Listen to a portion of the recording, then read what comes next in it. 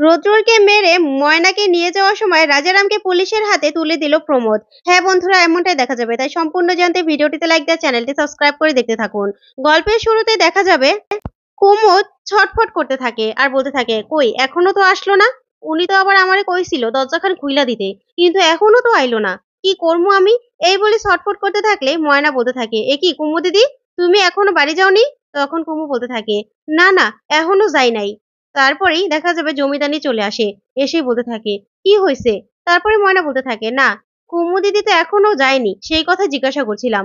তখনই জমিদারনি বলতে থাকে, হ্যাঁ রে কুমু, তুই না এতক্ষণ বললি যে চলে যাবি, তাহলে এখনো যে গেলি না? তখন কুমু বলতে থাকে, আসলে আমার না ভয় লাগতাছে। তখন জমিদারনি বলতে থাকে, ভয় লাগতাছে কেন, তোর ভয় লাগতাছে? তারপরে কুমু বলতে থাকে, অমাবস্যার রাত তো, তাই। তারপরেই জমিদারনি বলতে থাকে, কেন, অমাবস্যার রাত বুঝি আর কখনো আসেনি? কি বলছিস তুই এসব? তখন কুমু বলতে থাকে, না না, আসলে বৈষ্ণব বাবা তো গেল ভূত ধরতে, তাই ভয় লাগতাছে। যদি যাওয়ার সময় আমার আবার ভূতে টুতে ধরে, তাই। আচ্ছা জমিদার গিন্নি, আজকে যদি আমি এই বাড়িতে থাইকা যাই কোনো সমস্যা হইব? তখন জমিদার গিন্নি বলতে থাকে, না না, কোনো সমস্যা নাই, থাক। তারপরেই কুমুদ বলতে থাকে, আচ্ছা ঠিক আছে, তাইলে আমি রান্নাখান কইরা ফালাই। তখনই জমিদার রানী বলতে থাকে, আচ্ছা আমি বরং কুমুদেরে দেখায় দেই কি কি রান্না করব। এই বলে কুমুদের সাথে রান্নাঘরে চলে যায় জমিদারনি। তখন ময়না মনে মনে বলতে থাকে, কি ব্যাপার, কুমুদ দিদি একটু আগেও কেমন ছটফট করছিল বাড়িতে যাওয়ার জন্য, আর এখন কইতাছে যাইবো না। এটা কি শুধুই তার ভয়ের কারণ, নাকি অন্য কোনো কারণ আছে? এই বলেই ময়না চুপ করে দাঁড়িয়ে থাকে। অন্যদিকে দেখা যাবে রোদ্রুর লোকজনকে বলতে থাকে, আচ্ছা তোমরা কিন্তু কোনো কথা বলবে না, আমি কি বলেছি মনে আছে তো? তখনই সেই গ্রামের লোকরা বলতে থাকে, ভূত দেখলেও কমু না? তখন রোদ্রু বলে, না, চুপ করে থাকো। ওইদিকে প্রমোদ আগাতে থাকে। তখনই ভূতের ভয়ে রাম রাম করে এগোতে থাকে আর ভয় পেতে থাকে। তখনই প্রমোদের মনে পড়ে যায় রোদ্রু কি বলেছিল। তখনই প্রমোদ মনে মনে বলতে থাকে, তাই তো, এখানে তো বৈষ্ণব বাবা আছেই, আমারও তো বাঁচাইয়া লইব, তাইলে আমি কেন ভয় পাইতাছি? না না, আমি আগায়া যাই। এই বলে প্রমোদ রৌদ্রের কথার মতো এগোতে থাকে। ঠিক তখনই ভূত চলে আসে সেখানে। এসেই বলতে থাকে, কি রে প্রমোদ, তোর এত বড় সাহস, তুই আমারে খুঁজতাছস? আমি ফকির বাবা, আর তোরে এত কইরা কইলাম যে ওই বৈষ্ণব বাবারে গায়ে থেকে সরাইয়া দে, তুই এখনো সরালি না? তখনই প্রমোদ ভয় পেতে থাকে। আর প্রমোদের পাশে ৩ জন ভূত দাঁড়ানো থাকে। তখন তো প্রমোদ সেটা দেখে আরো ভয় পেতে থাকে। আর রুদ্রের সাথে থাকা ২ জন এরকম ভূত দেখে একজন সাথে, সাথে অজ্ঞান হয়ে যায়। তখন রুদ্র বলে, চুপ করো, তোমরা চুপ করো। তারপরে রুদ্র সেখান থেকে আস্তে, আস্তে এগোতে থাকে। আর ভূতের পিছু নিতে থাকে। ওইদিকে দেখা যাবে ময়না দাঁড়িয়ে আছে। ঠিক তখনই রাজারামরা দরজায় এসে নক করতে থাকে। তখন ময়না ভয় পেয়ে যায়। আর বলতে থাকে, কি হইল? কারা আইলো? এখন? এখন আবার কারা আইলো? ঠিক তখনই জমিদার গিন্নি চলে আসে আর এসে বলতে থাকে, কি হইলো বৈষ্ণব মা, কারা আইছে? তখন ময়না বলতে থাকে, জানি না, আমার তো ভয় লাগতাছে, কারা আইলো এখন? তারপরে ওরা ভয় পেতে থাকে।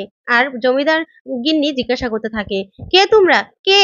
কিন্তু বাহির থেকে কেউ কিছু বলে না। তখনই জমিদার গিন্নি বলতে থাকে, না না, দরজা খুলুন যাইব না, এইখানকার হইলে তো সাড়া দিত, বলতো যে কে আইছে। না না, দরজাখান খোলা যাইব না। তখনই পিসিমা সেখানে চলে আসে আর এসে বলতে থাকে, কি হয়েছে, দরজাখান খোলো না কেন, দরজা তো ভাইঙা ফালাইবো।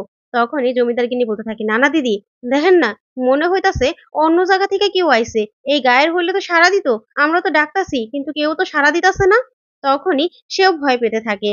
আর তখন জমিদার চলে আসে আর এসে বলতে থাকে, কি হইছে, কারা আইছে দরজা এরকম করে ধাক্কাইতাছে? তখন জমিদার গিন্নি বলে, সেটাই তো কইতাছি, কে আইছে কইতে তো পারি না। ওইদিকে বৈষ্ণব বাবা তো গেছে ভূত ধরতে, সে তো আর আইবো না। আর ভূত কি আর এইভাবে আইসা দরজা ধাক্কাইবো নাকি?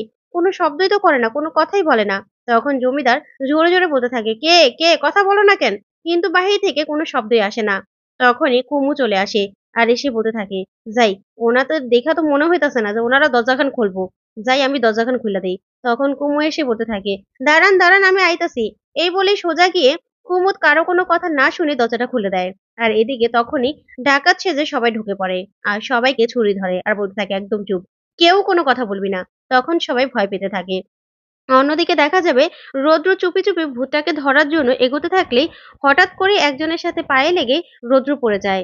তখনই সেই ভূতের বেশে একজনকে দেখেই রৌদ্রর সাথে সাথে চেপে ধরে। তখন লোকটা দৌড়ে চলে গেলেই রৌদ্রের হাতে পাঞ্জাবি এসে পড়ে, ছিঁড়া পাঞ্জাবি। তখন রৌদ্র বলে, যেটা ভেবেছিলাম সেটাই ঠিক, তাহলে তো আজকে ভূতকে ধরতেই হয়। ওইদিকে আরেকজন এসে রৌদ্রের সাথে থাকা লোকগুলোকে ভয় দেখাতে থাকে। ওইদিকে রৌদ্রর পিছু পিছু গিয়ে সাথে সাথে সেই ভূত বাবার পিছনে এসে দাঁড়ায় আর রৌদ্র রশি বের করতে থাকে ওর ঝোলা থেকে। অন্যদিকে দেখা যাবে ডাকাতরা এসে সবাইকে ধরে আর বলতে থাকে, গয়না খোল, গয়না খোল, গয়না খোল এখনই। ওইদিকে কুমুদ মনে মনে বলতে থাকে, যাক, গয়নাগুলো নিলে তারপরে ওনার থেকে চাইয়া আমি রাইখা দিমু, ভালোই হইব। তারপরে কুমুদ বলতে থাকে, আমারে যাইতে দেন, আমি কিছু করি নাই, আমারে যাইতে দেন। তখনই ডাকাতরা বলতে থাকে, একদম উপরে পাঠিয়ে দেব, চুপ করে এখানে দাঁড়া। তখন কুমুদ দাঁড়িয়ে দাঁড়িয়ে মজা দেখতে থাকে। এদিকে জমিদার গিন্নিকে বলতে থাকে, গয়না খোল, গয়না খোল তুই। তারপর জমিদার বলতে থাকে, খুলে দাও গয়নাগুলো। তারপরে জমিদার গিন্নি গয়নাগুলো খুলে দিলেই জমিদারকে ডাকাতগুলো বলতে থাকে, ক তোর ওই লকারের চাবি কো, চাবি দে। তখনই জমিদার বলতে থাকে, আমার লকার নেই। তখনই জমিদারকে মাথায় একটা বাড়ি দেয় সেই গুন্ডারা। তখনই জমিদার পড়ে যায়। এদিকে ময়না খুব ভয় পেতে থাকে। ভয় পেয়ে আড়ালে লুকিয়ে থাকে। যেটা দেখে রাজারাম মনে মনে ভাবতে থাকে, কি করতাছে ওরা, কখন আমি ময়নারে নিয়ে যাবো। ওইদিকে ঠিক তখনই একজন লোক সেখান দিয়ে যাচ্ছিল। হঠাৎ করে এরকম চিৎকার চেঁচামেচি শুনে বলতে থাকে, এখানে আবার কি হলো। তারপরে আড়াল থেকে দেখতে থাকে যে এই বাড়িতে ডাকাত পড়েছে। তখন তো লোকটা ভয় পেয়ে যায় আর বলতে থাকে, না না, বৈষ্ণব বাবা তো এখানে নেই, বৈষ্ণব বাবারই গিয়ে এখনই খবর দিতে হইব। ওইদিকে দেখা যাবে রোদ্রুর ভূতটাকে দড়ি দিয়ে ধরে ফেলে। তখনই দড়ির মধ্যে পড়েই ভূতটা সাথে সাথে পড়ে যায় আর রোদ্রুর এসে চেপে ধরে। চেপে ধরে বলতে থাকে, আরো সাথে যারা আছো তাড়াতাড়ি বেরিয়ে এসো, তাড়াতাড়ি, না হলে কিন্তু আমরা পুলিশ ডাকবো। তারপরে উনি কিন্তু তোমাদের নাম ঠিক বলে দেবে। তারপর ভয় দেখালে সাথে দুজনও বেরিয়ে আসে। তখন তো গায়ের লোক সবাইকে ডাক দেয় রোদ্রুর আর বলতে থাকে, সবাই এসো, দেখো তোমাদের ভূতদের সাথে আমি সাক্ষাৎ করছি। তখনই সবাই এসে পড়ে আর বলতে থাকে, এগুলো কারা, কারা বৈষ্ণব বাবা। তখন সবাই মিলে লাইট ধরে আর তখনই রোদ্রুর নিজের সাথে থাকা রুমালটা দিয়ে সেই ওঝার মুখটা মুছলেই সবাই দেখতে পায় সেই ওঝা। ওঝাকে দেখে তো সবাই অবাক হয়ে যায় আর বলতে থাকে, সেই ওঝা। তখন রোদ্রু বলতে থাকে, হ্যাঁ, তোমাদের বলেছিলাম না যে ভূত বলতে কিছু হয় না, এই সেই ওঝা। তারপরে প্রমোদ বলতে থাকে, তাহলে বাবা সেই দিন যে একটা লোকেরে এই ওঝা ঠিক করলো। তারপরে দেখা যাবে সেই ভূতের মধ্যে আরেকজন ভূত হলো সেই লোকটা। তারপরে তার মুখটা মুছে দিলে রৌদ্র বলতে থাকে, এই দেখো তাদের সেই লোক। তখন সবাই সবটা বুঝতে পারে। আর তখনই রৌদ্র বলতে থাকে, ওনারই সব থেকে লাভ হতো আমি চলে গেলে, আমি জানি তো, কারণ ফকির বাবা চলে যাওয়ার পরেই ওনার কাছে তোমরা যেতে আর টাকা দিতে। তাই এখন আমি আসার পরে সবাই আমার কাছে আসো, তাই ওনার লাভটা কমে গেছে। তাই তো উনি কায়দা করে আমাকে সরানোর চেষ্টা করছিল, আর আমি চলে গেলে ফায়দাটা তো তারই হতো। তখন গ্রামের লোকরা সবটা বুঝতে পারে। তারপর রৌদ্র বলতে থাকে, শোনো, ভূত বলতে না কিচ্ছু হয় না, কিচ্ছু হয় না ভূত বলতে। যা শুনে প্রমোদ খুশি হয়ে যায় আর বলতে থাকে, জয় বৈষ্ণব বাবার জয়। তারপরে সে ওজাকে বলতে থাকে, প্রমোদ, যাও, এক্ষুনি এই গা ছেড়ে চলে যাও। কোনো দিন যদি তোমাকে এই গায়ে আর দেখছি, তাইলে আমগো থেকে খারাপ আর কেউ হইব না। তখনই ওজা ওর দলবল নিয়ে সেখান থেকে চলে যায়। ওইদিকে দেখা যাবে ময়নার কাছে চলে যায় রাজারাম। ওইদিকে ময়না ভয় পেয়ে বাচ্চাটাকে তাড়াতাড়ি করে কোলে নেয়, যেন বাচ্চাটার কোনো ক্ষতি ডাকাত দল না করতে পারে। আর ওই লোকটা গিয়ে সাথে সাথে বৈষ্ণব বাবাকে খবর দেয়। তখনই রোদ্রুর ছুটে আসে সেখানে আর প্রমোদ চলে যায় থানায় পুলিশ আনতে। এদিকে রোদ্রুর আসলেই ডাকাতদের দেখে অবাক হয়ে যায়। তখন রাজারাম যায় ময়নার কাছে আর ময়নাকে চেপে ধরে। তখনই রোদ্রুর ভিতরে এসে ময়নাকে খুঁজতে থাকে, কিন্তু কিছুতে পায় না। তখন ময়নার মুখ চেপে ধরে রাখে রাজারাম। তারপরে রাজারামকে এসে দেখে ফেলে রোদ্রুর। রোদ্রুর দেখলে হাতে একটা লাঠি নিয়ে নেয়।